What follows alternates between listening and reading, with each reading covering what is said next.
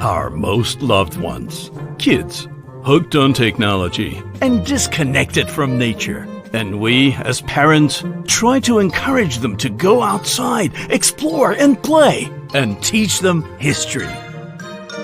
Yet, it seems hopeless at times.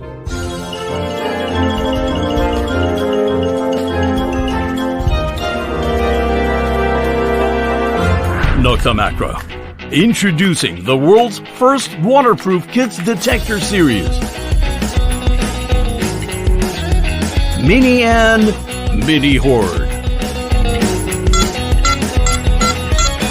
Easy to use. Lightweight and compact. Find, discriminate, and pinpoint. Just like an adult's detector. Share your hobby with your kids to build great family memories. Let your kids discover a world full of adventure, experience and excitement of discovery right outside their door. Mini and Midi Horde, world's first waterproof kids detector series for the young treasure hunters of the future. I'm Dave D, and you're watching XP Team USA.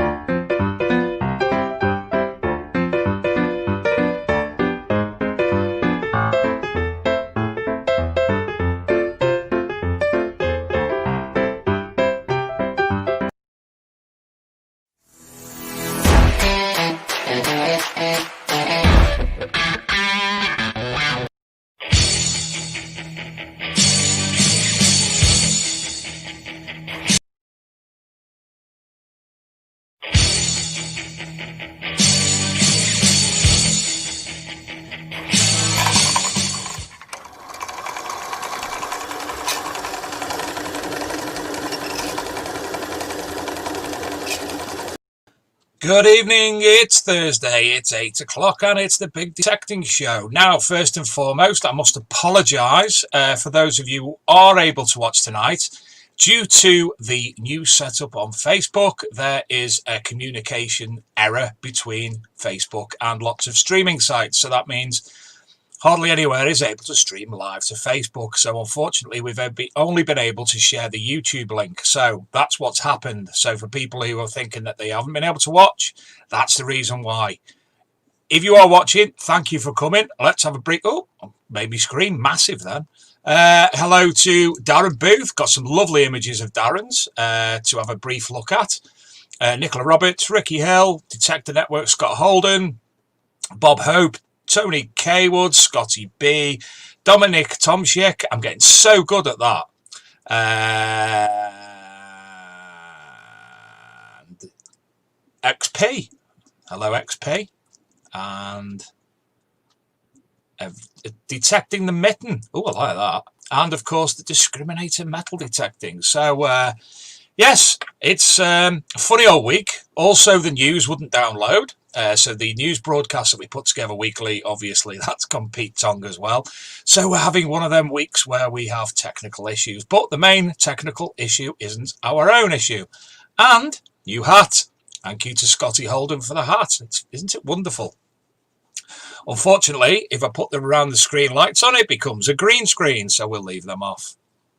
So anyway, I think what we're going to do first and foremost is share the screen and have a look at...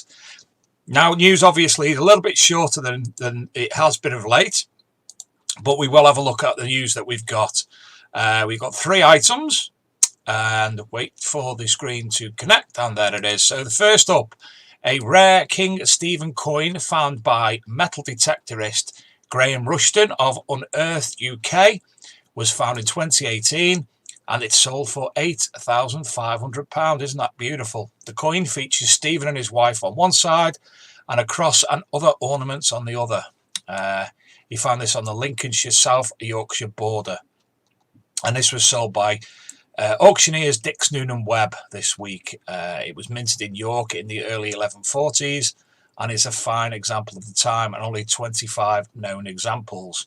Now, we do have another Dix Noonan Webb sale shortly, and that will be via our website. Now, the other big news for the week, this gentleman, now if you follow the Archaeology and Metal Detecting magazine, you'll note that we have for the past 4 or 5 years followed with great bated breath all the things around the Forest of Fens treasure.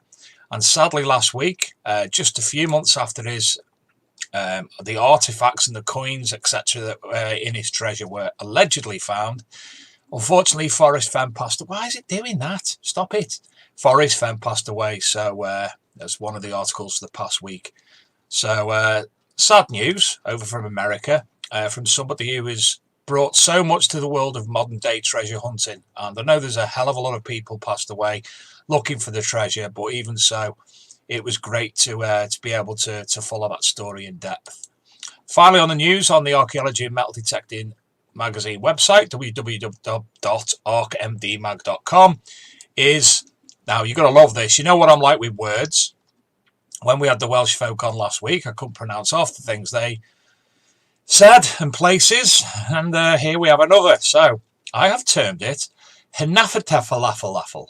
So the Hinata Falafel pieces that were discussed. Why is it doing that? Stop it. As you can see, a Viking gaming set, a bit like chess. This sold this week. It was found in Lincolnshire again. It's a Viking game from the 9th century. 27 pieces were found. 24 spherical pieces, 12 turreted pieces, and the king. I downloaded a free app and tried playing Naffle Flaffle last night, and it is way beyond me. I couldn't get my head around it at all. And this sold in total for £2,600, and then there was obviously fees on top of that. This was discovered by Mick Bott in Lincolnshire, 73-year-old. And I'm going to stop saying Hanaffle Flaffle now because I can't do it anymore. So I'm going to bring in our co-host, Mr. Adrian Gaylor. Adrian, how are you this fair evening?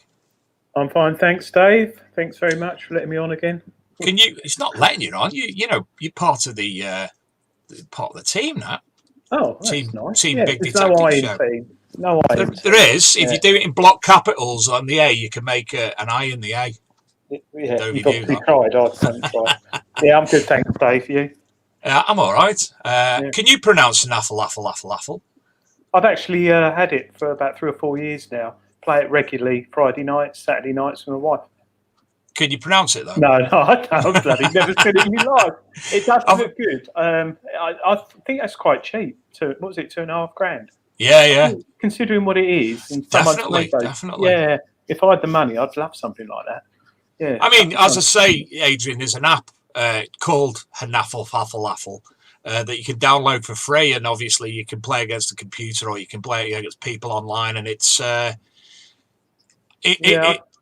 could play chess. I'm no grandmaster, but I can play chess. I played at school, but when it comes to the Hanaffle, it's I couldn't. I didn't even know from the start. I knew how to move things, but that was it. I kept on getting things taken. Yeah, no, I think I might get it for my son for Christmas and get rid of his PlayStation. I'm sure he'd enjoy it more. Drop kick the PlayStation out the window. No problem with that. I don't think he uses it that much.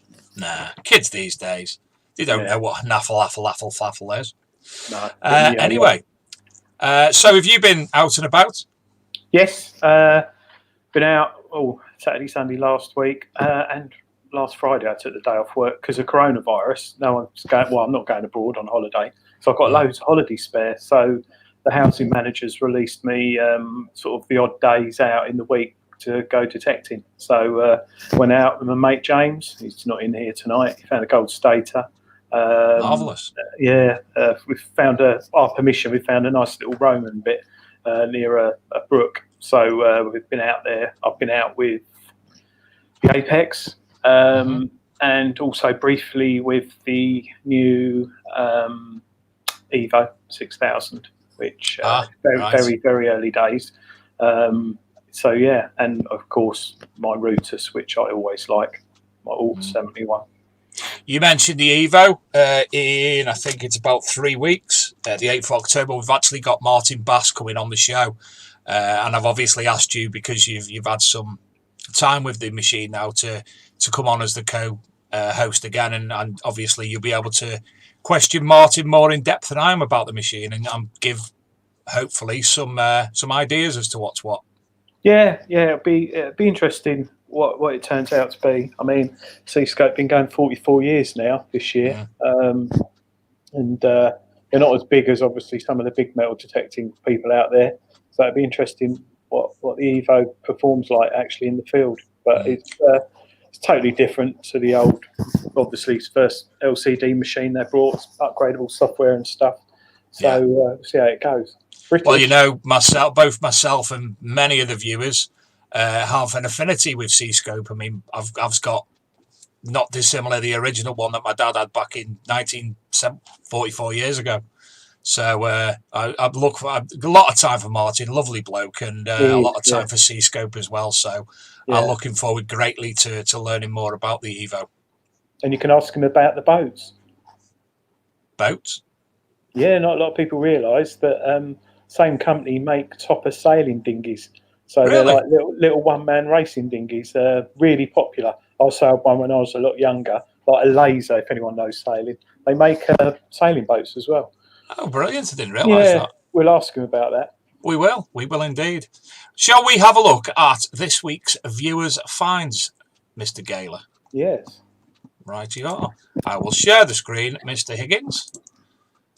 And I will, there we go, pop into here. Oh, that's interesting. Yeah, so it looks like... In fact, firstly, before we go, I forgot about this. Can I just read this out, Adrian?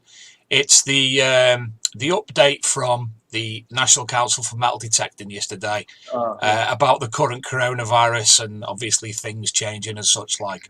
Guidance on the law around events in England have been clarified yesterday. Below is a summary of the new regulation guidance. Anyone organising a dig where they're planning to have more than 6 in attendance, including staff, will be running an event. So this means, as an example, anyone planning to have 12 people with 6 on 2 fields will be running an event. Only a registered business or charity can organise an event. Charities are defined below. We won't do that bit. When an event takes place, all attendees must be kept in groups of no more than 6 unless from the same household. This means the organiser must ensure all groups of 6 do not mingle at any time. Event organisers must be COVID secure and comply with track and trace legislation and the other event regulations, including liaising with local authorities. Full guidance is in the link below. If you look on the National Council for Metal Detecting website or Facebook page, you'll be able to find that. Please ensure you read the guidance fully. Note, all the guidance is backed by legislation in Schedule 22 of the Coronavirus Act 2020. The police have legal powers to disperse groups of more than 6 and issue a £100 penalty ticket to individuals, £50 if paid within 14 days. This doubles within every extra offence, rising to £3,200 for 6 offences or more. Additionally, organisers of illegal gatherings in England can be fined £10,000. So please think ahead when it comes to your events, and if you really want to get caught. Check this out, Adrian. I'm not 100% sure who this gentleman is. He's got a nice hat on, by the way, a nice Reuters hat, but this is one of the T-shirts in stock currently on the Archaeology and Metal Detecting magazine shop. Just dig it. Look at that. Oh. Luke walked past him in the field and had to double take. So thank you for that. I hope it's decent. Luke said it's a good quality anyway. The only regret the gentleman in question had was that he bought it in white while going metal detecting. Big mistake, yeah. Anyway, next up. Now, these are Darren Booth's images. I've only chosen a few because obviously we haven't got the time. But this is a Roman hoard that Darren found, I think, last year. And as you can see in the hole, there is the start of the hoard. Nice. These are some of the coins found in the hoard. And I've no idea what's what. They're very beautiful, but I have no idea what's what, I'm afraid. Look at that one, bottom right. Isn't that lovely? Mm. Nice. This is the excavation by, I presume, the Portable Antiquities Scheme or local archaeologist.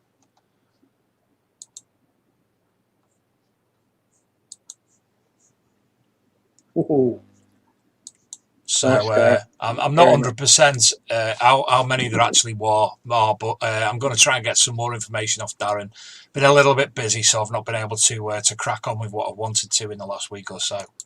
This is Darren Richardson. He's put them in a group. Look at them, bit of bone.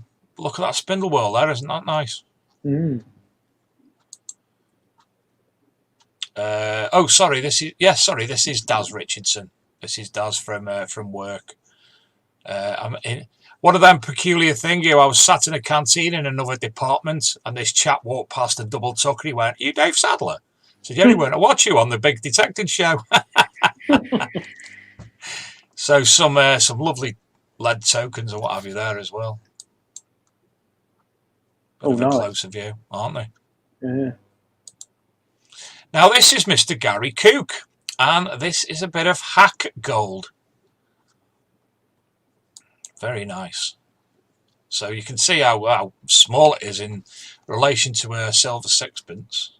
Oh, blimey, yeah. He says this. No, he says it's a very small bell. He think it's a hawking bell. Oh, hawking bell. Yeah, I thought they normally had a little stem on the top, some of them. I've got a few hawking bells. I've not got a crotal bell, never mind a hawking bell. Haven't you? Oh. No. Nice buckle. Oh, figure. Oh. Lovely. This is Gary Cook again. This is Ian Jackson from the group, and this is, I think it says a Hadrian Roman coin that he's recently found. The obverse is coming up. There it is. And some more Roman items that he's discovered as well. This one's a little Roman Aladdin's lamp, I think. This was a lipstick tube. Ah. And this is John Clayton. some of the finds that he's had on the beach over the past week or so.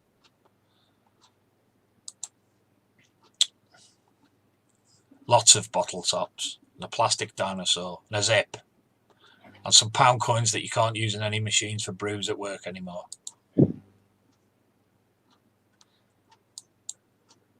Now this, even I thought it was a finger at the start. It just looks like a fingertip, doesn't it?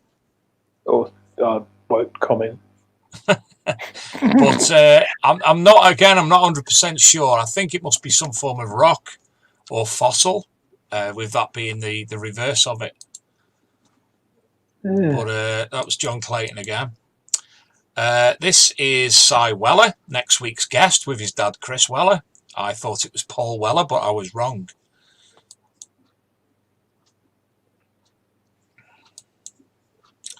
And some more of his finds as well.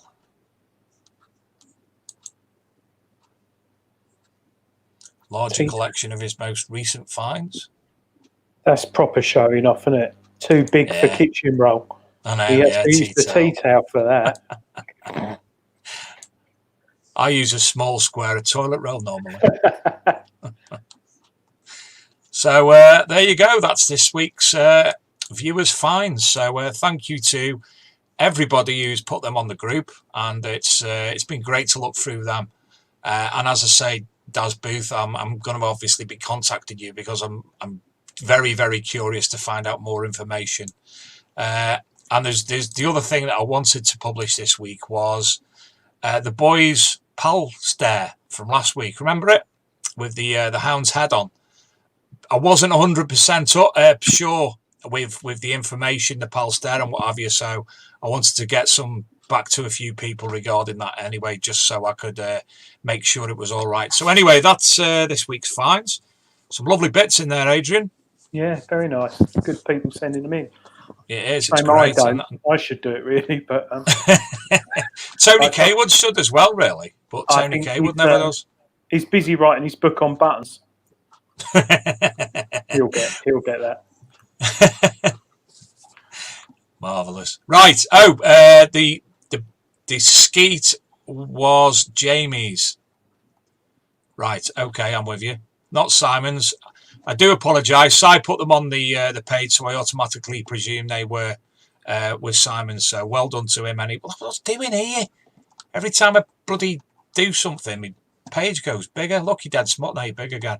Anyway, without further ado, shall we bring on this week's guest before I throw my computer out the window? Yeah, Chris. Good evening, Chris. Hello, guys. Hi, Adrian, Dave. How are we all doing? Evening, Chris. I'm semi-stressed with the fact that Facebook is being a blurt, but otherwise marvellous. How's yourself? Yeah, I can't complain. Your stresses are not mine. I'm sat here just having a beer. Well, it's been an absolute corker of a week anyway. I mean, I thought Luke had contacted you, and Luke thought I'd contacted you, and ended up being oh poo. Let's contact Chris quickly, and thankfully you were still able to come on tonight. So, and obviously Adrian as well. But schedule's back on, and I've contacted people directly now to. I think the only one we haven't got for the coming weeks is the 1st of October for the next 4 or 5 weeks. So, thank you for pleasuring me with your company. not in that way. Not in that way. Can we do that? I don't think YouTube don't allow that, do they? Adrian can. Can he? Yeah. Oh yeah. Look at him in the field. That green screen up there. That's low and slow in the background there. Yeah, that bloke's not moved for a bit. No, that's anyway. Chris, if you don't mind, for people who don't often watch this show, can you introduce yourself? Tell us a little bit about yourself. Of course. I am Chris, a.k.a. the Discriminator from the Discriminator Metal Detecting channel. And that's about all you need to know, really, other than I love metal detecting. I did about 5 or so years under the umbrella of LP at the moment, thanks to Mr. Peter Turrell, and just recently a Mind Lab Detexpert, which I'm getting better with Mind Lab. I hate to, because look, it says expert within it, and I don't think I'm there yet, but they put enough faith in me that I'll get there, I'm sure. But yeah, I'm doing all right. There's lots and lots of fields open at the moment, rallies left, right, and centre, and it's non-stop. So it's a busy life being a YouTuber on a metal detecting channel at the moment, and long may that continue. Well, just be careful out there. Obviously, with the COVID restrictions, we don't want you getting fined £3,200. Well, no, indeed. I'm not going to go there. And you've also just said Pete Turrell, and I'm like, have I been pronouncing it wrong for the past 5 years? No, I just do anything I can to annoy him. I barely ever call him by his name. There's other words, expletives normally. I know he's watching. He said he was going to log off the moment I came on, but I don't care. Yes, he's abusing Go us in away. our similar headphones. Do we shop at the same headphone shop? Which they're not. They don't even, just because they're the same colour, they're not even alike. No, I mean, I don't want to brand shame or anything, but mine are quite nice. A brand beginning with S, they're all right. A bit wonky, has to be said, but there we go. And Tony Kaywood, he's said in the comments, as you are obviously the techspert, just to remind everybody that, there you go, Tony and Adrian are both Rootus experts. And someone's got to do that, haven't they? You know, someone has to do that. Sorry. Battle of the bands. Battle of the bands. Bring it on, come on. Yeah. No, it's a great honour to work for YLab and work for any manufacturer. It's nice helping people out now and Yeah, again. of course it is. I'm a Mars expert. You've already had one, Dave, haven't you? Yeah, that's just in case I have a hypo, because I might have took right. too much insulin. I never know. Pete says you can have a fight to the death, an expert off. An expert off. Oh, Two right, experts okay. enter, one We expert leaves. We could play top trumps with our machines. That'd be good, wouldn't it? Actually, that'd be good, wouldn't it? Ooh. It's not even a Detecting top competition, trump. mate. It's not a competition. Pete, get on it. That would be a good one, wouldn't it? Get creating battle cards. But what would be the top trump? I mean, Pete doesn't stock, Seascape or Rootus, as far as I know. So he's going to back me in. It's going to be easy, isn't it? No, but he's got to create the card collection. So what would be in fact, everybody can say what is the metal. We're going to have to go on with this, aren't we? The metal detecting top trumps. Yeah, it's going to be I the remember 800, isn't it? Well, yes, but on the trump, you could have weight. So the highest weight. I'll win that. I'll win that. No, not you personally, but right, okay. Say, for example, you had a Viking, for example, up against a Deus, and that you had the highest weight, you might beat the Deus. I don't know. Could be, yeah. That'd be interesting. Yeah, wouldn't it's it? a tenuous win, isn't it? I think weight surely would be a negative, wouldn't it? The lower the weight, the higher the score, surely. Yeah. Don't call me Shirley. Shirley is actually my nickname, by the way. Oh, bless you, darling. That was Big Daddy's name, wasn't it? Yeah, I was nicknamed Shirley when I was younger because Barbara didn't suit me. True story. No, it doesn't. You're right. Absolutely. Okay. You should go with Shirley. Shirley it is. Number of frequencies. Rootus Ultra 71. Another top trump. Yeah, 71 frequency. Could go with that. Different types of carbon stems. I think the Nox wins that one. Yeah. Amount of available coils. Yes, and random plastic manufactured bits you can add to a Nox. To make it look ridiculous. 3D printing, yeah. Yeah, take a light machine, make it heavy, guys. Cover it in stuff. Yeah. Honestly. Sexiest looking machine. Yeah. It's got to be the Nox again, given all the additions on it, made it look sexy. I think so. I mean, but I think the CTX with a 17-inch coil on is, for me, it's what is it? I can't think of the word. Is it BBW? Oh, dear. Big woman. Oh, it's got all the curves. It's a big daddy, isn't it? Well, we've gone back on the wrestling again. Big Daddy was there. Don't call me Shirley. Anyway, shall we move on, because we're just going to end up talking malarkey all night, aren't we? And we can get to asking young Christopher some questions. Whereabouts in the UK do you live, young Christopher?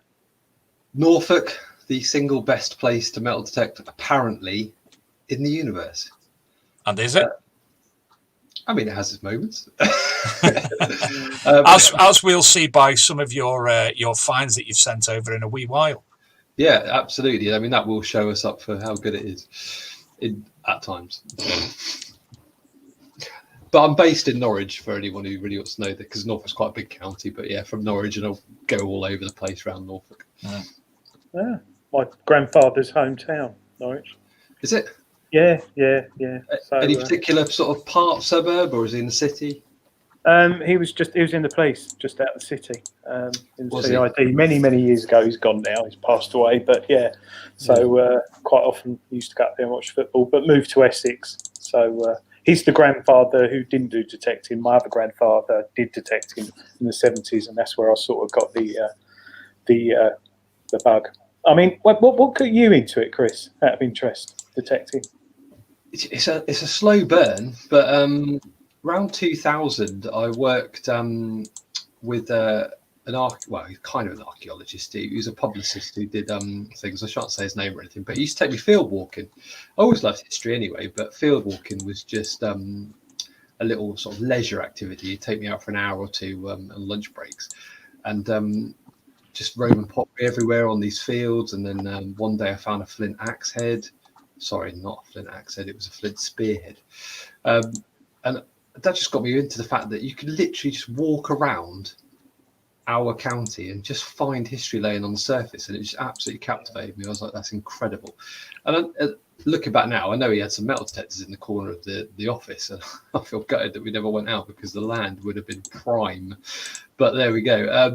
And he gave me a Roman coin one day. I swapped it for a big sherd of pottery I found. And I think I even gave him the flint spearhead, arrowhead, to my disgust now. I can't believe I did that. But yeah, that properly got me into it. It's like, but then I had to wait, because I was in my 20s, and you're not really into that metal detecting when you're in your 20s. You've got other things to do, haven't you? So yeah, absolutely. So all that silliness went on, and then when I got a bit older, grey hairs approached, and I thought, man needs a hobby. And I think me and my mother initially started doing a bit of detecting, campsites and stuff like that. And then I started to get permissions. Before I do it, absolutely hooked. Got a big farm off a friend, and that was it. I was absolutely hooked. It was amazing. What was your first machine? Go on, have a guess. It's a bit cliche. Garrett 125. It was the Ace 250, absolutely. Yeah, it was I think I might have had a few beers, and I went on Amazon, and I was like, oh, that one's got the best reviews. And then within about 2 or 3 months, I'd already upgraded, like so many people do, don't they? They go, oh no, yeah. I'm missing so much with this, and went straight up to an AT Pro. My mother got one as well, and then it was quite some time really until I saved up enough to get the CTX 3030. I just went full. I just had to have that machine. Just loved it. And then Peter came on board, and really I haven't bought a machine since, bless them, thanks to all these sponsors and things. They do look after you. So I've had a wealth of machines, and I've been lucky enough to use most of them. Yeah. And does your mum still metal detect? She, in her head, would love to do it, but her body doesn't allow her to as often as she might want to, which is a shame, because it was something we did enjoy together. But we will be getting out shortly, hopefully, and doing a little bit of beach detecting. She's going to get on the Vanquish. Good. But yeah, she had to sell her machine in the end. And it's worthy of note that I've never found gold, and my mother found a gold ring on a flipping campsite with a Garrett Ace 250 after about 2 weeks of metal detecting. It pains me. It really does. I've never found gold. And I think she's watching. Well done, Mother. Well done on that gold. Yeah, you've got to walk over it, like they say. It's yeah. Well, we were taking a signal at a time, so it could have, I got a 2p, and then I think she got a gold coin, and then I got another 2p, obviously. Yeah. Brilliant. It'll come. Well, I mean, because your YouTube channel, I was looking the other day, you've got a lot of subscribers in pretty much quite a short amount of time, realistically, haven't you? I think. Yeah, I think it's gone quite well. It's gone quite fast. Very well, yeah. And I don't want to say anything. I don't want to put down other YouTubers, but I embraced the idea of a bit more production quality in the videos, and I think it's simple things like wind microphones, albeit my last video is a mess because the mic failed on me. But just getting a wind microphone and filming in widescreen gives you a huge boost over 90% of YouTubers who are just, you can't even hear the videos. So we're in a very small niche within metal detecting, and if you want to make YouTube videos and be successful at it, you don't actually have to work too hard. Whereas if you go into fashion or something, I'm sure you need great production value to get anywhere. So I think it's just one of those areas where you can you can do quite well quite quickly if you just look at the basics and get them right. And that's my advice for anyone starting out with the hobby. Just look at your videos. Would you watch your own video? Is it even watchable? And go from there. Yes, sadly mine aren't. That's why I don't make many. although my historical and archaeological site visits are said to be quite informative, although my metal detecting ones are less so. Mind you, I'm due a new phone upgrade next month, which will be good because both lenses are smashed on this one. So that'll certainly help. But for everyone who's doing YouTube channels at the moment, I think they're about 10-15 quid for a wind mic on Amazon. You know, I'm not plugging Amazon, but anyway, you want to get them. That is not a lot of money to make a massive difference to your videos. Genuinely, give it a go. Definitely. You do see so many where it's just a howling wind as opposed to being able to hear what the person's saying instead, isn't it? So. And you're going to switch off. And there's people been doing it for years and not getting any subscribers. And it is basics. Just look at your videos. Just to remind everybody that we will be going over live in about 7 minutes to Diggers Dips for tonight's free prize draw of some Diggers Dips tokens, and in a couple of weeks we'll be having Graham Dempsey on in about 4 weeks from the Composite Pencil Company, and he's put together a fantastic prize selection, which will be that week's prize when he's on in for his first anniversary as well. So congratulations to him on that, because it is a fantastic product. I don't know if we've actually lost Adrian or he's just disappeared into the background for the time being, but nonetheless, we will carry on. So obviously I met you at Detectable. Was it last year or the year before? It was summer last year, wasn't it? Was it last year? Everything sort of melded into one over the past year, I think, because of everything that's gone on. And we got to chat, but obviously you were very busy because I believe you recently discovered a hoard not long before. Yeah. I mean, it is a hoard. I mean, I found 19 short cross pennies, voided short cross pennies. But of course, I picked it up massively. There was going to be hundreds and thousands because that's what you expect. You want it, don't you?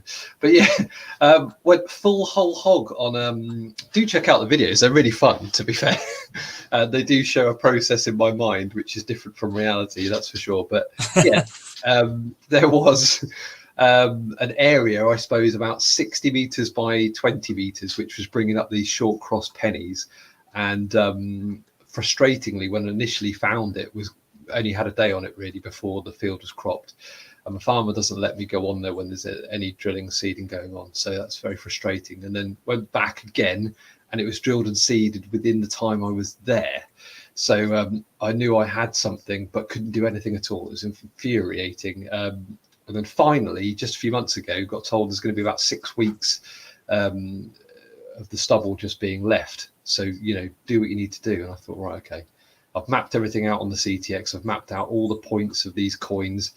And let's get a JCB or a mini digger, at least anyway, over there. And let's start digging. Let's find, this source of these coins. And I did everything possible, absolutely everything possible. But we found, I think, 2 more coins over the whole of that weekend. So we're pretty confident that it's a purse spill, probably at best. But yeah, it's still classified as a hoard. It's 19 medieval short cross cotton, and I will never be unhappy with that. But the moment you start pulling them up at that rate, you start to get excited. You're like, yeah. Now, I'm not sure of the CTX technology, but you mentioned about being able to map into the system. That's something I've heard. So you can actually tell it where you want to go on the CTX. So what I did was when I first started to find them, I went to the spots where they were found with the CTX, and you can then create a find point using the GPS built into the CTX. And that is stored inside the memory. You can then take it back to your computer using Exchange 2 software from the MindHub website. It's all free. And you can then look at your find points on Google Maps. So by plotting every single coin, I could then look at them. And again, it's all on the video there to be seen. But you can then see, well, okay, is there a pattern to what I've got here? Is there a fanning out of coins from a source, or is it just scattered? And what kind of range does it cover? And it's really, really interesting and gets your mind going. And that's what I did with every single coin. So they had, down to a few centimeters accuracy. And it gave me a few places to try. But ultimately, it has just shown that those coins were in a small area. It hasn't actually shown that there's a nucleus, as it were. But yeah, that's software built within a CTX, and it'd be lovely to see another machine come out with something like that, to be honest, because I think it's very, very cool. And if you're a bit geeky with where your find points are and where stuff is, and you like to map out, where your Hammads are or your Romans are or anything like that, to have it built into your machine is excellent. But of course, the downside of the CTX is the weight to get you there, isn't it? So. That is fascinating. I honestly didn't know that technology existed, and for me, for somebody who likes to collect information, that is, I'd say it's a game changer. But obviously, it's been there for quite some time. Oh, it's a 12, 13-year-old machine, isn't it? It's absolutely, and it's not been advanced upon since, really, because of apps people's phones have been using. But put it in the machine. Yeah. You still got your CTX, Chris? Absolutely, I got it out at the weekend because I got desperate. I love using it. I absolutely love using it. If it wasn't for the weight, and that's only contextual though, because before having a lighter machine, it was not an issue. I didn't even care. But as soon as I got a Knox, I was like, oh, it's really heavy. Yeah, I love the CTX. It's a beautiful bit of kit. It really is. It's nice when you're out detecting with someone who hasn't got one, and you can see on the map that they're going over where you've detected, and you just don't say anything and see if they bring anything up. So, do you know what? I have met. I don't know if you've ever messed about. You get the data breadcrumbs with the CTX, so wherever you walk, it leaves little blue dots on a map, and I did try and spell my name while I was wandering around the field. But it's much harder than you would think, because your lefts and your rights become a bit. Yeah, it didn't look like my name. There's a few people in the chat room saying, is there an app available that can map finds? And Darren Booth says he uses an app called TectoTrack, TectoTrack, which tracks you and you can record your finds and locations on the built-in map. So that's great. Pete Turrell, he asks what your text message tone is on your phone. Just go away. Is there someone? Pete, text him now. Can you boot Peter Turrell out of the lobby? Is that possible? To be honest, I've just changed my phones, so I don't even know if it's on there, but it is a CTX 30. Cool. He knows that. Yeah, you can download that. Bizarrely, that actually exists on a ringtone.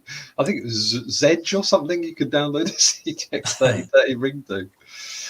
Two Tones Detecting says he uses TectoTrack and he found it to be unreliable on his Huawei phone. Well, more importantly than that, anyone who's got a Knox who goes in a field immediately sticks their phone onto airplane mode. So ergo, most apps are pointless. So you need to have it built into the machine if you're going to use it. Or do it old-fashioned and stick flags in the ground. I've just realised I'm losing track of time. So, Luke, can you share the screen, please? Digger's Dips Drawer is drawing as we speak. Do apologise. I was engrossed in the conversation about the CTX and the mapping, etc. So, can you see the draw, Adrian? Yeah. Good luck, everyone. Okay, so it's 0. Oh, low. 1.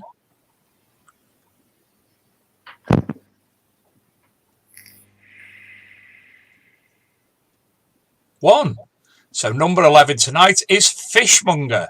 So congratulations to Fishmonger.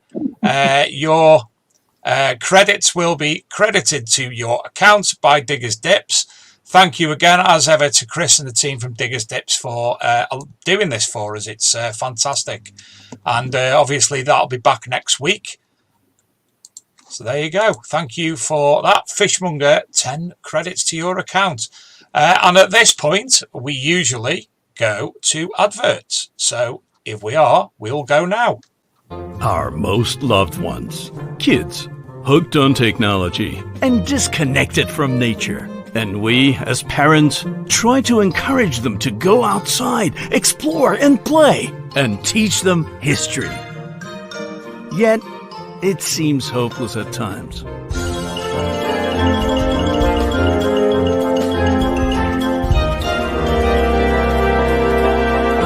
Nocta Macro. Introducing the world's first waterproof kids detector series.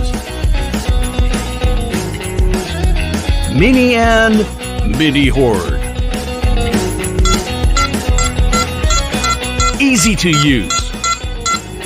Lightweight and compact. Find, discriminate, and pinpoint. Just like an adult's detector. Share your hobby with your kids to build great family memories. Let your kids discover a world full of adventure. Experience and excitement of discovery right outside their door. Mini and Midi Horde. World's first waterproof kids detector series for the young treasure hunters of the future.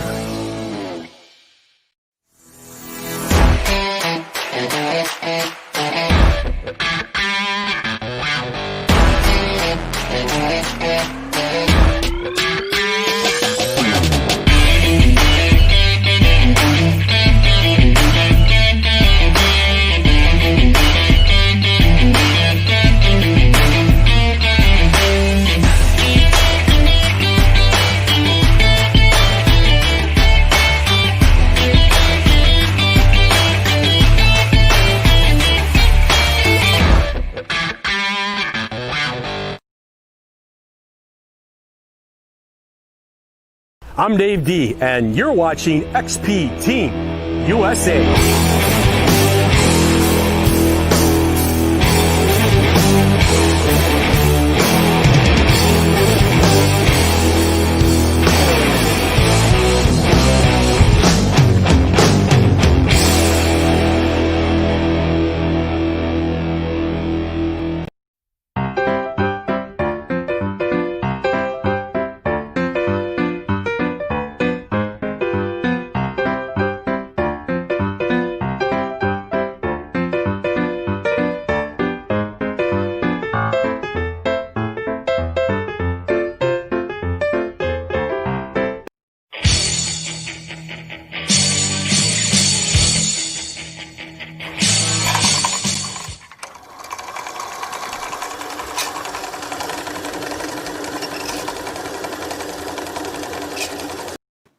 Welcome back, everybody, and tonight's winner, as I said, was Fishmonger, who is also known in reality as Dave Reynolds. A little bit of information coming from LP is that the where are we? There it is. The Mini and the Midi Hordes are leaving the factory in Turkey next week and should be with your favourite UK dealer in about 14 days' time. Very much looking forward to them. That is going to absolutely smash the market at Christmas, I think. It's going to go mental. I reckon loads of people are going to be after that. It's going to be I'm definitely, as soon as it happens, I'll be getting the Mini Horde for the boy Sadler, Archeo boy. He's desperate to come playing with his dad, and the Simplex was just too big for him and too ungainly. Yeah, but it looks, I mean, the interface on it looks really good. I love the way they've got a little LED that flashes green when you find a good find and stuff like that. Well, when you know, it looks really, really cracking little machine, and for the price as well. Not being funny, the thing that frustrates me, Dave, and you might have done it for your kids, I did it for mine, is you buy that well-known brand metal detector that is available in certain supermarkets and things for like 30, 40 quid, and it's just an absolute piece of pants. I think mine's still sitting in the shed. Do you know? Yeah, I've got one behind me. Yeah, it's not really a metal detector. It's like something from the 70s, and it is just that about tut. And to bring something out that is a real metal detector for kids, I think, hats off to Nocta Macro. And they brought out the shaft as well, the new shaft this week for the Simplex. All right. Well, I don't know when that's. I think that's is that available at the same time as the Mr. Terrell, can you let us know about the new shaft for the Simplex? Yeah. I'm up until now, I've been trying to use square pegs around this one. It's totally designed for the age, but it's a proper detector rather than a toy. Yeah. I've not had a chance to tell Luke yet because we've both, obviously, it's happened today, but I had an email from a Chinese company, when it's the person contacting you is trying to be English, with a load of images of the metal detectors that they are selling, and they have a children's range which look exactly the same as the range that we are talking about. No, honestly, already? not the mini horde, looking like the other ones, the appalling ones. Yeah. But yeah, that was it. It's they're leaving the factory tomorrow. Be with us next week. The carbon lower shaft. That's it. Yeah. Shaft. I love that word. Yeah. Well. What colour are they, Dave? Are they carbon fibre black shafts? I don't know. It doesn't say. Sorry. I'm reading what you know when you comment on the right hand side of your screen. They're all in black, aren't they? They're not in blue or red or anything like that. No idea. If you go onto the right hand side of your screen, Adrian, at the moment you've got private chat and comments. If you click on comments, you'll see everything that I can see. Pete says it's black at carbon. Black carbon. Cool. Yes. Nice. Yeah. I'd like a nice, snazzy, sort of vibrant yellow, to be honest. Yeah, well, the Americans are heavy into the snake skins, aren't they? And they're available some places. I do like the snake skins that are on sale in the UK at the moment, that cover the wiring. I do like them. They're very sexy. I've got a few packs if you want some. Oh, I'll have one of them. Yeah, I'll send them over. Have you got 2-pack? 2-pack? Oh, God. Joke's lost on you, man. Yeah. Hello, Chris. Yeah. Hello, Chris's head. Welcome back. Sorry. Oh, it's Marley. Thanks for the heads up. I could have been doing anything. Listen, what I'll do now, if it's okay with yourselves, I will share the screen again and we'll go and have a look at the images that Chris kindly provided this afternoon. Oh, yes. There we are. So, in no particular order, tell me when you can see them. There you go. There you are. That is a lovely image. Fantastic photograph of it. Yeah, this came up. The video's just dropped tonight, guys. Go and check it out. But this was just a surprise. It was sunbathing, fell into the hole through some terrible pinpointing on my behalf. But yeah, I picked it up and it was all sort of very, very light green because it'd been sunbathing. I gave it a couple of wipes on the trousers and it was just like, bloody hell. I've never seen a Georgie come up like that. Absolutely awesome. That is, I've said it in the video, for me, is better than a hammer coin. Absolutely immaculate. I'm looking at it now on YouTube. The photos come out well. The colours, everything is just fantastic. And the back is just as good. For the viewers, Chris, can you just let them know again what your YouTube channel is? Yeah, so it's the Discriminator metal detecting channel. Go over there, give it a subscribe. Or not. I have done this evening. Have you? Oh, well done. Welcome along. Well, as I've said to a lot of people before, Chris, I don't generally have time to watch YouTube videos. I watch Luke's because I'm invested in what Luke does because obviously I get to talk about it with him because of our communication. So I always watch Luke's you dig videos and what have you. And there's several other YouTubers I'll pop into occasionally.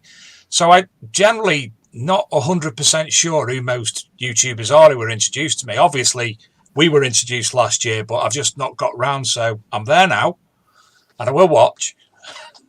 He's got a good channel, Chris. I'm not saying that because he's on here, but he's I think one of the reasons he's got so many subscribers is because he just talks to you like you're there in the field. He just, it's a chat. And I'm very envious of your soil, Chris, in Norfolk, In Essex, Good potato soil. it is. In Essex, we've got a lot of clay and a lot of flint, and yours is lovely loamy soil. It's beautiful, really nice. I like what you said about your production value, and that's why I'm going to watch, just to see the production value, because as you say about listening to people when they're full of wind, and not just them, but the wind in the sky as well. It's so yeah, I will be popping along. Next up is this beautiful little fellow. Oh yeah, do you know what? This was ridiculous. I went to a fairly new permission that I've got, and everything was cropped. And I thought, do you know what? All I'm going to do is I'm going to work the areas where the crops haven't taken. And there was a big pile of manure, and there was probably about 10 meters around it that wasn't cropped. And I found that Henry VIII in there, and as you can see, it's not clipped. It's a little bit smudged. I think it's double struck as well. It does look a bit, yeah, it does 3D, doesn't it? Yeah, with the crown certainly, and a bit of wear on it, but actually, a pretty awesome coin. Never had a Henry VIII, and it came out of this tiny area. So I was like, Christ, well, if I can find that in just a little bald patch, I need to come back to this field. And then I did a couple of weeks ago, and the video is up about that, and my word, found a lot of stuff. But yeah, that's one of my favourite coins. You can see his clothing just brilliantly, his hair, everything. Do you know what astounds me with this? Historically, we are led to believe that Henry VIII was a big fat man with a little beard. His coins do not represent what we think Henry VIII looked like at all. No, not originally. I mean, he was an absolute stud of a man, wasn't he? He was a sort of 6 foot plus, mammoth guy, incredibly fit. It was only through illness and things like that he ended up being as chunky as he was. But he was a beast of a man. But we the people who read about history. I mean, where were we the other day? I saw, I was at the car boot sale, and there was a figurine of Henry VIII, as we imagine him, the big strapping fat man with the little beard and all his regalia on. But as you say, before that, before his illness, he was a stud muffin, and we don't see the stud muffin. When you say Henry VIII, you don't see that, do you? No, I didn't realise myself, to be fair. There was a show, I don't know if it was on BBC or whatever, but it looked through the clothing and the armour that Henry VIII wore, his original armour. And you can see from that not a large man would get in it. He was incredibly fit and huge, very tall for his time. So he was imposing. It must have been similar to me. Anyway, moving on. Sorry, I try not to laugh then. No, you do pretty similar. Yeah, and there's the reverse. I think it was Dunwich or something. I can't remember. Durham Mint. There you go. So it's an up north struck coin come down south. Yeah. We I don't know. Again, we never know why it's there, do we? But no. There's lots of coins covering the whole of Roman all the way up to modern in that area. So I would just go with it's always been settled as a marketplace area. I think that the coins that astounded me the most that I've found in the past, there was a Druid's token from Anglesey, the Paris Mining Company, and I found that in near Jodrell Bank, and as many people have found the Nazi Reichspfennig. Found all over the country. I've found 2 of them, and it's just like, how the bloody hell's that got here? Oh, it's nuts. I found a Russian kopeck in a field in the middle of Norfolk. I mean, what the heck is that doing there? Do you know what nearly the best one was for me, Chris? Nice little story. I found gold, and I danced and I jigged. I was on my own, and I found gold. It was a 1893 Dutch coin. Can't remember what the queen at the time was. And I danced and I jigged, and I wasn't involved in the metal detecting community as much as I am now. I didn't have as many contacts, and I sent the images to a chap who owns a coin company in Northwich in Cheshire, And he came back and he said, yes, this is that. Could you confirm the weight? So I got my scales out and confirmed the weight. And he said, that's peculiar. It's a bit peculiar, that. It's a bit lighter than I'd have thought. So about 2 hours later, he sent me an email back. And for instance, just here where the arrow is, as you can see, in the tiniest of letters, and I mean minuscule, COPIE. Oh my word. A fakie. Yeah, a fakie. Oh, no. Oh, Devastated. dear. Well, you're in the same club as me. I've never found gold. It was gold coloured. Now this is beautiful. How the face is rising out. It's again not very for the age. It's not very well worn at all, is it? This honestly is. It's got to be my favourite coin. There's no way around it. It popped out of a field, and straight away I saw the Iceni horse just coming through the dirt, which is on the other side of it. You'll see shortly. And I just knew straight away it was Celtic, and I nearly fainted. And it's an Iceni berry type diadem. Very, well, I say very unique. They're quite unique. I've never seen one looking with the face to the left like that. I've seen only one other version in a book that looked similar, and that's the tangible thing about these Celtic coins, is that potentially is the only one that looks like that. It absolutely, and it's a perler.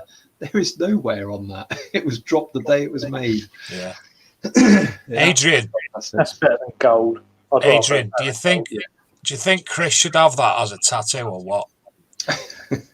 I'd get it put. Well, coming from Essex, I'd get it put in a ring or a necklace and wear it. But no, that's really nice. That's really, really nice. I mean, I've found gold, but stuff like that to me is more precious. That is beautiful. That's really nice. Yeah, a lot of the gold staters. I don't want to be rude because I know gold staters are amazing, but the designs aren't as nice. That diadem is amazing. The face on that just shouts at you across 2,000 years. That's 65 BC. That coin. Yeah, mad. Yeah, the other staters, they've just got a little bit of wheat or whatever on them. I know they're I'm not being bitter because I haven't found gold, but I think that is a beautiful, beautiful coin. It is. Should we have a look? That's the reverse. There you go. Look at that. There's like nothing. Buckaroo. I tell you what, I've never seen a dobbin on a coin look as good as that one. Rent-a-ghost. It's incredible. I took these photos today with my new camera phone to get as much detail as I could. And yeah, you can see the wagon. I guess it's the sun design in there. Every single little bit of detail. There is nothing gone on that. That's lovely. That's beautiful. It's beautiful. And You can even see the strings on his legs, can't you? You sausage. Yeah, you can. Do you know, Chris, I think we're going to have to award you tonight the most well-spoken guest that we've had in a year of doing these shows. Congratulations. I'm a family-friendly channel, and that's another thing. I don't say certain words that people do, and you've got to. There are guidelines if you want to be successful within the community as well. You've got to be family-friendly. Kudos to that. Yeah. Another stunning bust. Well, thank you. You're welcome. This one made me do a dance of a kind of a degree. I did it on an intro for one of the videos, but I ended up jumping through the air with excitement and nearly dislocating a hip doing it. But yeah, there's a field on one of my permissions. It's probably about 4 acres, so it is quite a square field, and nothing, and I mean nothing, comes off that. It's one of those ones where you walk over it and you go, I'll give it another go, and it's dead. I've had a musket ball off it in 5 years. And then one day I walk over, I get a banging signal, and this absolute perler comes up, which I think initially is a Lizzie, because I just see the Tudor shield on the back. The moment I squirt a little bit of water over it and see the detail coming out on this Mary, I was just unbelievable. And I thought it was a Mary, Queen of Scots, because I didn't know much about them until I worked out it was a bloody Mary. And that's one of the finest ones I've ever seen come out. Absolutely brilliant. And actually, a gentleman who I work with pointed out to me that Bloody Mary, I think, came to Norfolk to escape during the word that I can't think, like the retribution or something. I can't remember what it was. But so there's a lot of history around her being in Norfolk. So that made it very tangible for why it might be there as well. What do you think of that, Adrian? Yeah, lovely. Where do you keep all your stuff? Not that I'm going to come around and rob you. do you just googling your address? Where do you keep it all on display? And because that's one thing I struggle with is keeping all my finds. And I don't like to have my favourite finds and my because some of my favourite finds are just took to most people, but to me they're something special. Like my first find, which, funny enough, on your YouTube, I was watching, you found exactly the same thing as me. My first find, it's like a little brass top lid with a little nipple on the top, about that big. Found with a screw thread, or not? Without a screw thread. Blast. Is your screw thread? I can't think which finds it. Do you remember the video, what it was called or anything like that? It was a while back, but it was like a little lid, brass lid that goes on something. It was my first find I found many years ago, and you found a similar one, and you said to your YouTuber, you said, "Oh, does anyone know what this is?" And I don't think anyone put in the comments what it was. And I've spoken to several people, Julian Ever the Heart, and lots of people come back with different ideas. But yeah, to me, it just looks, to most people, it just looks like a bit of old tut. But to me, it means quite a bit. But do you put your stuff in display in your room, or do you put it all away? Yeah, so there was an Argos cabinet going for about 20 quid on Gumtree. Oh, wow. So yeah, so I just grabbed that. I sprayed it all white because I think it was some horrible colour. But yeah, sprayed it white. Got some of these LED strip lights. Just run those through it. And I had to put an extra couple of shelves in, just some MDF shelves because it wasn't enough. But yeah, it's all displayed. You can get little holders on various sites like eBay. Sounds like eBay. And sorry, my screen just cleared then. Yeah, and then the little coin capsules, I put them all in those as well because I think less oxidation, the oxidization, the better. I've started using beeswax actually. I tell you what, I've been given this recently. There you go. Thanks for zooming in. Which is a block of beeswax, and I'm gonna do a video on them actually. But the idea is you put your coins in the oven, and this is not for silvers. This is for coppers and things. And that's what I did with the George that you've just seen.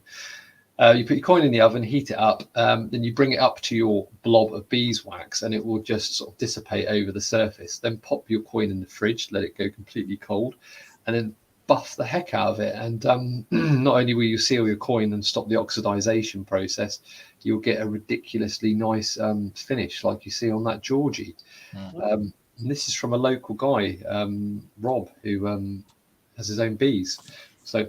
Do you know what I use? I don't know if you can. All I can see on the screen currently is the picture still, obviously, because I'm sharing the screen. So I don't know if you can see it, but can you see that?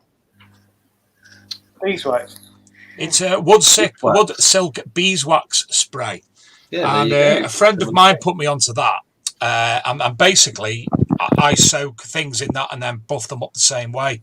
And obviously, the beeswax protects, but. I contacted the manufacturers a couple of years ago. I can't remember who they are at the top of my head. Let's see if I can see. Arista Wax Products of Norwich, Norfolk. There you go. There you go. Working for. Go round. They really called themselves Arista Wax. Arista Wax. And so I've been using that for a while until Graham, obviously, his products came out from Composite Pencil Company. I use that, and I still... quite regularly when it's full of crap and what have you, and I can't be bothered working on it as such.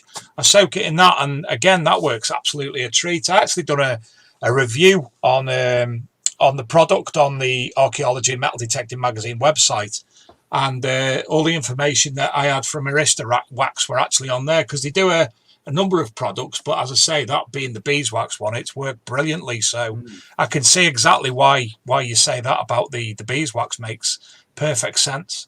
Well, it's Yeah. natural as well, isn't it? It's a natural Yeah. ingredient. Mm. Whereas, sometimes, I mean, we And all it keeps bees in a job. exactly, yes, which we need to Yes. support. Yeah, We but do. yeah, I do worry about all these. We put some certain coins been in the ground thousands of years, and we try and preserve them how we think is best. Mm. And they might be fine for our lifetime, but our grandchildren or great grandchildren might end up with something that's sort of partially gone green and Yeah. rotted. We just don't know. So I think something natural, beeswax, good call. Mm. Are we still seeing the images? No. What the coin? Oh, Oh, the yes, now, yeah. saffron, Oh, we're back now, right? You are. So, is this the reverse of that then, Chris? Yeah, so it's a little bit more worn, but that's what I first saw, and I think like anyone, you just immediately go, "Oh, I've got a Lizzie sixpence here," because they come up so commonly. But of course, there's no date on there, which got me a little bit thinking. Then flipped it over, and there she was. Mm. Yeah, and I think it's a pomegranate. I don't know if you can see sort of at about 4 o'clock, if you can call it that, on the coin. I think that's one of the mint marks. There you go. Yeah, something like pomegranate. I don't know. I'm not great on all those things, but that was my recollection of it. But yes, just to go back to you on the fines cabinet, just very briefly. Yes, there's obviously you get a lot of fines, don't you? And most of them are junk, so they're in drawers out of the way, and then the real nice ones are out on display. And it's as simple as that. If something's very, very nice, it'll get put in the museum sort of part of it rather than in the junk part.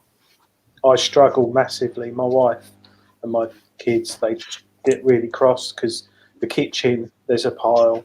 In the car, there's a pile.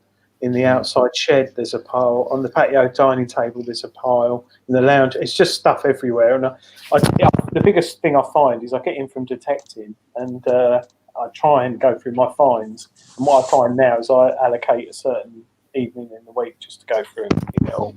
But, you need to stay on top of it, basically. You do. It's one of the downsides to the hobby. I mean, saying that, some people go out, and I do. Some days you go out and you find bugger all. Last week, I think the best thing I came home with was a sack of potatoes from the farmer, which kept everyone happy. But I found bugger all. But you're right, it is something you need to keep on top of and register all your fines as well, which a lot of people forget about. Well, I mean, this is a problem in Norfolk. I mean, I find myself in an annoying situation that I don't want to be in. I want to record all of my fines, and I send them all off. I send them all off. I send pictures and I send grid references off to the relevant people. But in Norfolk, they're so overwhelmed, and they had a changing over of flows. And being brutally honest, I wouldn't take anything in and hand it over at the moment because I don't think I'll ever see it again. And that's a problem, because you want to do the right thing, but you can't give up these things as well. They're worth a lot of money, a lot of these things, and you need to think about that as well. I want to do the right thing, but it's a problem. Yeah, I was fortunate last year to find a medieval gold ring, and it's with my flow at the moment. But she was stressed out when I saw her last year with the amount of fines coming in. And obviously it's all on bits of paper, isn't it? Documented, and then it goes onto the database. And I still haven't heard about that. I'm confident it hasn't gone missing, but I get where you're coming from. And that's just with Treasure Act, let's not forget, like that Mary Grote, I've told the relevant people where I found it, and they've got pictures of it, but they don't have it. That they just don't have the time to deal with it. Even my hoard, I'm having difficulty getting it booked in. And you're supposed to only have 14 days. I've been sitting on it for nearly 2 years in one way or another. So yeah, I know exactly. But I suppose as long as they're aware that you've got it and you're doing the right thing in that regard, you're not trying to hide anything, then fair enough. But yeah, gone are the days where I am methodically taking fines down to a flow and then getting them back 3 months later. Those days are gone in Norfolk. There's the hobby is so swollen, and people are putting through so many fines that flows are even considering what they should not record anymore. Crotal bells don't bother. Certain hammered coins don't bother. It's almost like, well, we're going to get to a point where just treasure items need to go through, and maybe that is the way it should be. I don't know. Shame, really, but yeah. It is, yeah. But also the way of recording needs to catch up because, like I say, I'm sending photos off and GPS coordinates, and actually, I think that's enough. I don't think they need to have a physical item in front of them. If you've got a clear photo on a measured scale, a numismatist will know what the heck it is straight away. Exactly. And you don't need to be going through that risk. I've lost several things through flows already, and I'm not prepared to do it again. Oh dear. I know it's frustrating, but it's not their fault because in Norfolk you've got one flow dealing with 3-4 times as many, listed and recorded fines as anywhere else. No wonder they are flipping struggle with it all. Fingers crossed it will change. So hopefully, Yeah. I think what gets me is you can be in the middle of a field, middle of nowhere, take a picture of a coin or a ring or whatever you find, share it to anyone in the world, even video it, even supply the GPS coordinates, and you've been able to do that for what, 10 years now? And yet, with the flows, it's not complicated to bring out an app or something to be able to do that into a database. No. It's nonsense about going on a course to be able to book things onto the Portable Antiquities scheme when we know that is a Henry penny. I don't personally, see they're putting red tape again. I'm not going to whinge. The system's there, but yeah, there needs to be an app. Ultimately, as you've just said there, something that is tangible for us to use. That supply a photo and a grid reference, and they can do the rest if they really want to. Well, I actually think, I know there's somebody who actually has something, and Adrian knows them too, not dissimilar already in development. Am I right in saying? Hang on. Is it Batman? Don't know. No. Yes, that man there, Scott. He's a very clever guy, software developer, and that's his business. He's working on that app feature. I know with all these things they have to get approved by the Google Play Store and the iOS Store, which it will be. Good. But yeah, Scott's a very, very clever man, and he hopes to be doing something very similar for that soon. So yeah. No, that's good. It needs, because I think there's a lot of fines that are not being recorded, and I know I fall into that category. As much as I'm trying to do the right thing, there'll be a lot of people who are just probably put off through the whole process and aren't bothering now. And I get that. Well, I think for your own personal use, we all take photos on our phone, but they get stuck. You can take a picture of a hammered, and then your next picture on your camera roll is a picture of your kids in the paddling pool or something. It all gets messed up. It'd be nice to be able to have an app, and I know there's some out there, but a dedicated detecting app where you can take a picture, catalogue it for your own personal reference, gets the GPS data, you can create metadata in it, so you can put in CTX or Vanquish or whatever, you can put in the machine you were using, the date you found it, have I reported it, yes, no, does it, just an app where you can catalogue your own finds, so if ever the flow did contact you, you can just do a download dump or export it as a PDF or a XML file or whatever to someone to, have your own personal catalogue of stuff. I know there's as well, Gary Broom spoke about it a couple of weeks ago, the UK DFD, UK Detector Finds database. So that's something as well that you could utilize, which again is not dissimilar to finds.org, but it's a private thing, and it's brilliant. Honestly, I've been looking on there quite a lot, and it's some fantastic bits and bobs on there. I think the thing that a lot of developers tend to forget, though, is it's great when we're sitting at home in our pants with a can of beer on our computer. But when you're in the field and you've got gloves on and you've got a poor GPS signal and you want to record the location and a photo and probably a voice recording, there needs to be a way of, doing that on your phone visually. Whereas, as we all know, a lot of forums and databases, the PAS one, they're not great on your phone. So a dedicated app would be ideal, definitely. Yeah, couldn't agree more. I think we all want to do exactly what is asked of us, but of course, it's more complicated than that sometimes. What we really need. Sorry, Stephen Pettigan, I've got to jump in. He's asked, has Chris got beeswax in his hair? Carry on, Adrian. Sorry. What we really want is a metal detector. This is a battery issue, but the way Tesla cars and things are going at the moment, battery powers. And I work in lighting, emergency lighting. So battery packs for emergency lighting. The technology is changing. It used to last 5 years. Going forward, it's going to last 10, 15 years. But a detector that has got an app built in that can sync Bluetooth with your phone.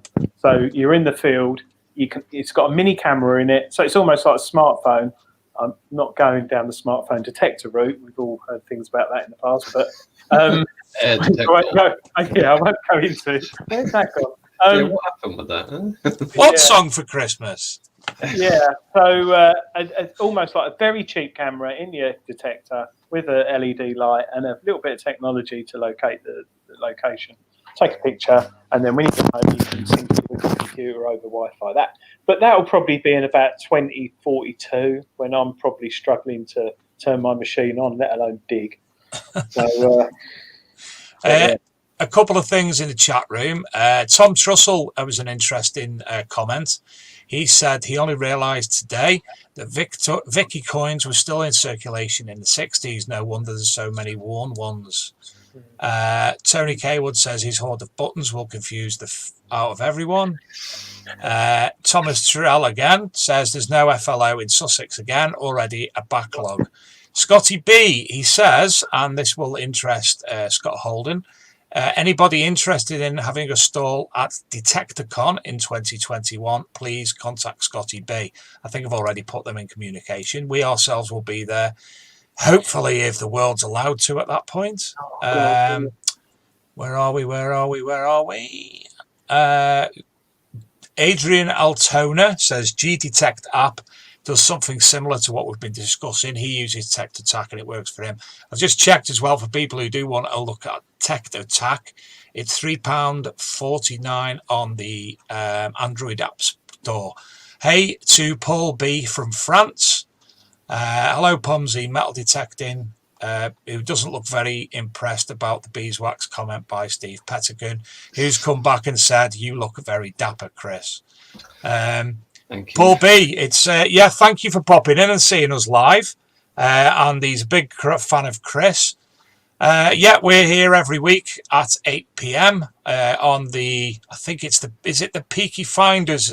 Luke's changed the name to the YouTube channel, but we're also live throughout social media. If you look for the Big Detecting Show, unfortunately tonight there's been a communication issue between Facebook and anybody who's trying to stream anything. We're not live bands and it's not October the 1st yet. Pete Terrell, have you read that, have you? His question. Yeah. Question for Chris. Well. Are you on COD tonight? And do you know why he's so desperate? Because his best buddy, Ash Jones' birthday today. Happy birthday, Ash. 30 years old from Ash Unearthed. And he's got no one to play with. Because Ash is out doing his birthday. So he's all like, I want to play God. Is that a fishing game? It's probably less rewarding than fishing. I mean, we do play it as a little LP crew together, I have to say, and it's a lot of fun. But the swearing and do you have little LP logos on your fishing gear? It's not fishing. I know it's not. It's Call of Duty. I'm not that bad. No, we don't. We don't have anything like that. I tried to set up a regiment of LPMDC or something it was, but yeah, that was about as much LP as we get involved. We, to be honest, don't want anything to do with metal detecting once we get online. It's it's time to have a bit of banter, isn't it? A man time. John Hickey says he uses Google Earth and it can record all the data, including any other information he wants, including photographs up to 10. Simple to set up and easy to use on mobile. Is that, though, and my question for that, is that private or is that automatically on Google Earth for all to see? No, it's private. But the You only issue with do that is some machines having your phone on, like Chris said earlier, can cause issues. And you're also relying on the signal whilst you're out detecting. True. And but also you're not feeding it to the portable antiquity scheme, are you? So what you want is something that you do in the field, like you said, and when you leave the field, you know that everything that you've just done there is recorded, logged, job done, and you haven't got to fluff around and worry about it. You see, my problem with that, Chris, it's one of the reasons I don't like making YouTube videos or any videos when I'm in the field, is that I get my phone absolutely rancid with mud. And if I've got the gloves on, it's just messy and horrible. So that for me would be the issue there, as I'm sure a lot of people otherwise. And don't I know it? I mean, I had to set up my the YouTube charity called Patreon the other day just because my equipment is getting destroyed. I need assistance to keep the channel going because you get in the muck and you are using your prized smartphone, aren't you, in mud? Hopeless. But yes, okay. So not in the field, but perhaps something that you can use when you get home that accesses the portable antiquity scheme. It's difficult. If you're using multi-frequency machines, they're going to be affected by GPS signals. And hence why I say CTX 3030 software needs to be in the machine so that you can take your machine home with you and it will upload it all to, I don't know, your smartphone or directly to the portable antiquity scheme. That is the blue sky approach for me. You're going along, you press a button on that, fine, point, done. Perhaps you can take a photo on your flipping Equinox 800. What does it take to put a little camera in the back of that? Boom, job done, whatever. Chris, you got a Vanquish as well? Yes. Yeah. Do you know what I found funny with? I've got the 540 and the Nox 800, and I left my phone on with the 540, and it's a lot less interference or anything compared to. Yeah, give it a go. It's quite interesting. I'm probably kicking myself in the feet by doing it because I'm probably cutting out loads of signals. But yeah, I left my phone on the other month with the 540, and it was absolutely fine all day. And I found some good stuff. We found hammers and stuff. So yeah. I mean, it's just the nature of the beast because I'm filming anyway. It's on airplane mode anyway because the worst thing is you film something and suddenly. Dave Sadler, are you coming on Thursday or what? Yeah, Torrell, I'm coming on COD. I'm in the middle of a field. Do one. Yeah, so it's always in airplane mode anyway. But yeah, it's 540. All right. I really like the Vanquish. I have to say. It's difficult when you've got a CTX and you've got a Nox to play with. You aren't going to necessarily choose a Vanquish because you always got that. I've got a better machine in the back of the car.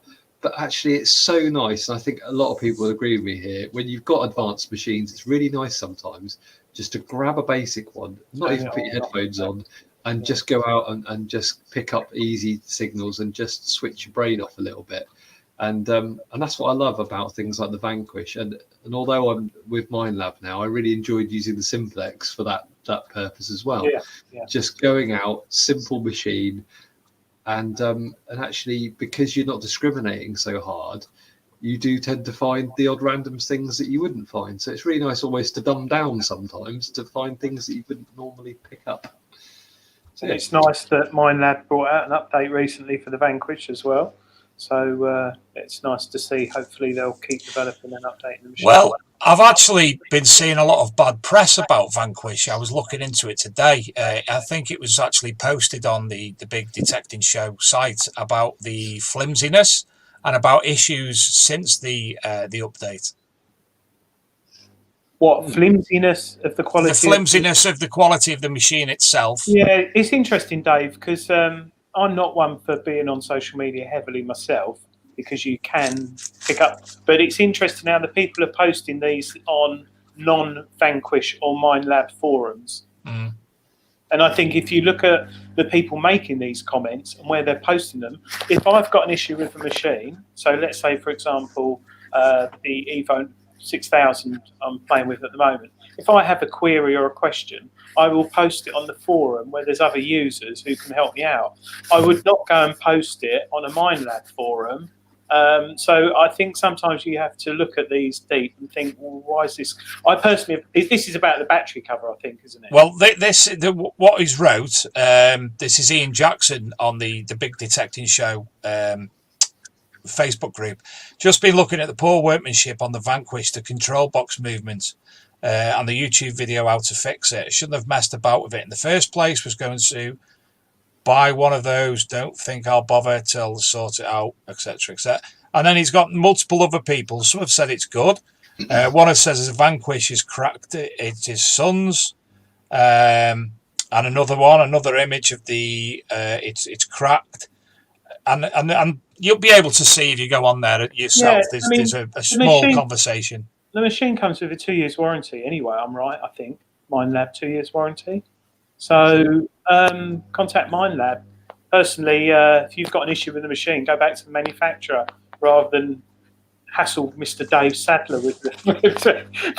Oh no, don't. It's just the Big Metal Detecting Show Facebook page is there for people to put any information they want, to chat, to put their images, to discuss things, etc., etc. Same as other groups, and obviously we can refer back to it for the show, like we're doing now. Yeah, so it's not bothering me. The only thing I have a problem with is people bombarding it with YouTube videos who have seen a disclaimer at the start saying, no, we won't put our YouTube videos on. Unless, of course, Chris, that you've actually participated in something, so you're all right to put your YouTube videos on there. Yeah. Every single metal detector that's ever come out has had some kind of issue or teething problem. I've used Deus in the past, and I find that incredibly flimsy, for want of a better word, because it's all very like plastics. When you've used a CTX, if you go to a Deus, it feels horrendous. But I'm not going to slag Deus off. It's just a different machine.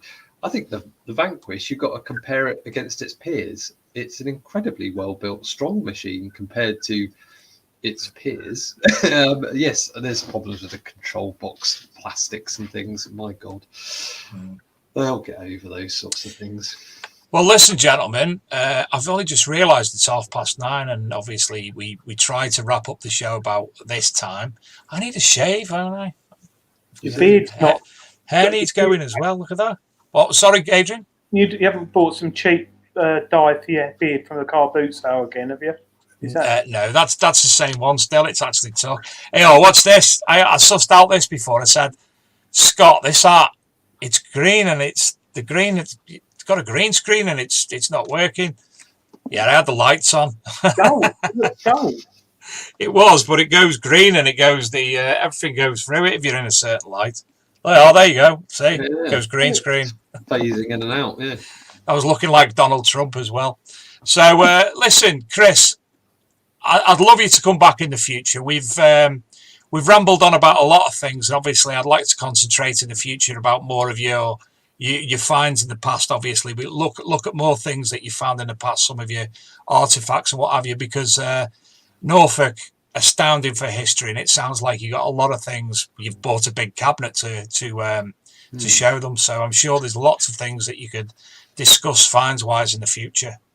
Yeah, we're blessed, and yeah, you're right. It's full. It's a treasure trove. It's lovely. I wouldn't have one if it wasn't. So yeah, I'm very lucky. And hopefully, if young Mr. Holden at Detector Network is able, I know he's been working on some things, but if he's able to, we will have an update in the future about this, the ability to register your finds directly with the Portable Antiquity Scheme via something. So hopefully that's going to sort itself in a few. I'm just scrolling through quickly. Someone says that's the first time I've ever heard someone call a Deus flimsy. So let me just reiterate that. It's not that it's built poorly. That's not what I'm saying. But if you use a CTX and ask yourself, have you ever used a CTX? If it's no, then you don't know what you're talking about. But if you use a CTX and you go to a Deus, it feels like a piece of rubber on the end of your hand. I'm with you, yeah. It feels incredibly flimsy and light, and you don't feel like you've got any structure to the machine.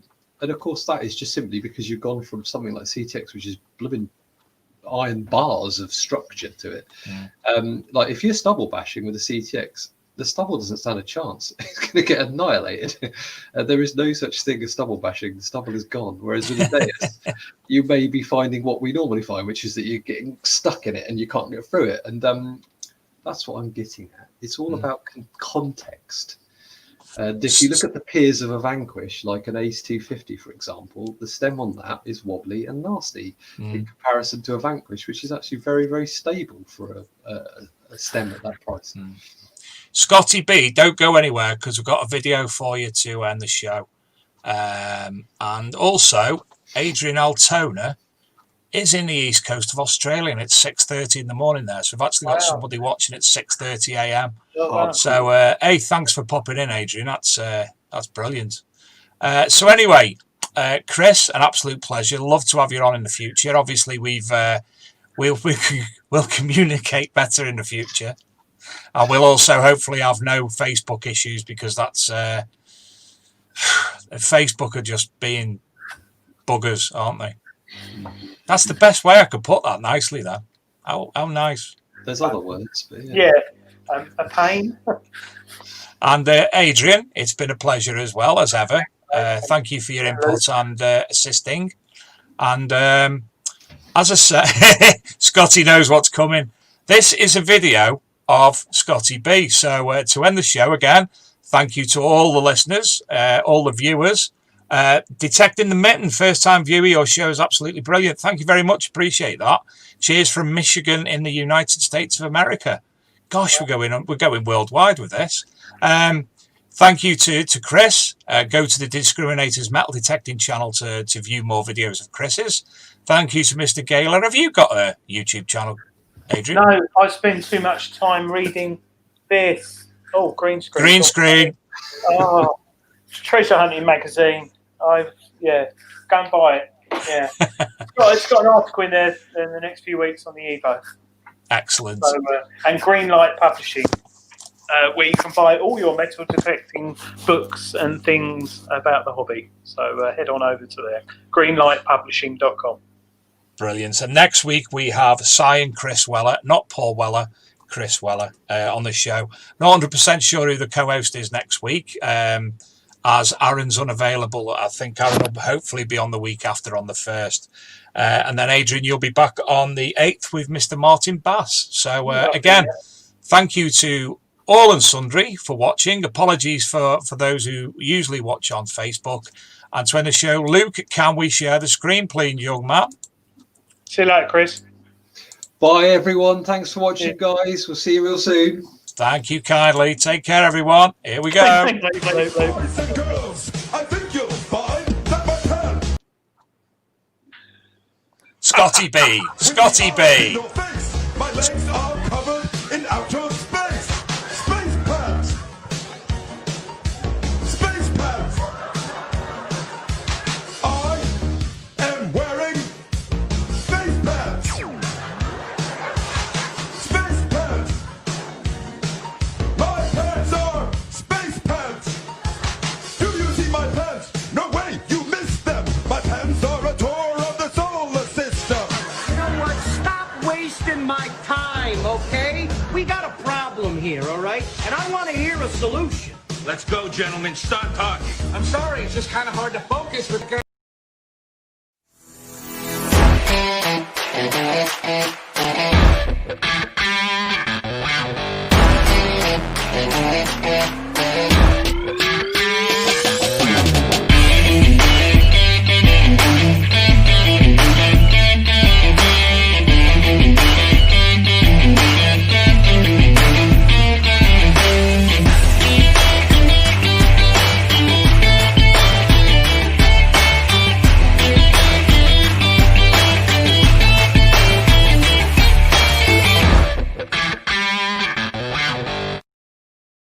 Our most loved ones, kids, hooked on technology and disconnected from nature. And we, as parents, try to encourage them to go outside, explore and play, and teach them history. Yet, it seems hopeless at times.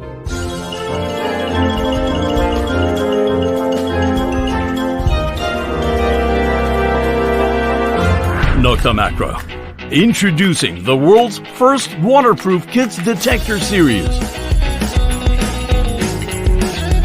Mini and Mini Horde. Easy to use.